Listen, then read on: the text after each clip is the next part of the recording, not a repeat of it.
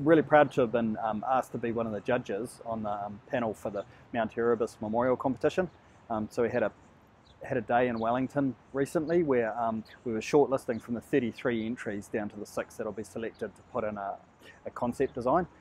Some really interesting teams and some great design approaches. So I'm really looking forward to seeing how that pans out. So there were 4 main criteria that the judging panel were looking at around the design approach, the track record, the people on the team, and also the references. So it seems like a really thorough shortlist selection process that the government's running, and I'm really looking forward to seeing the outputs.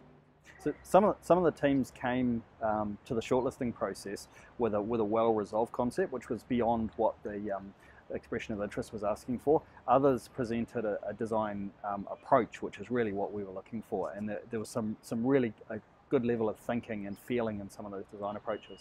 It's obviously a really sensitive project, and it's one of only 3 national memorials that we'll have in New Zealand when it's built.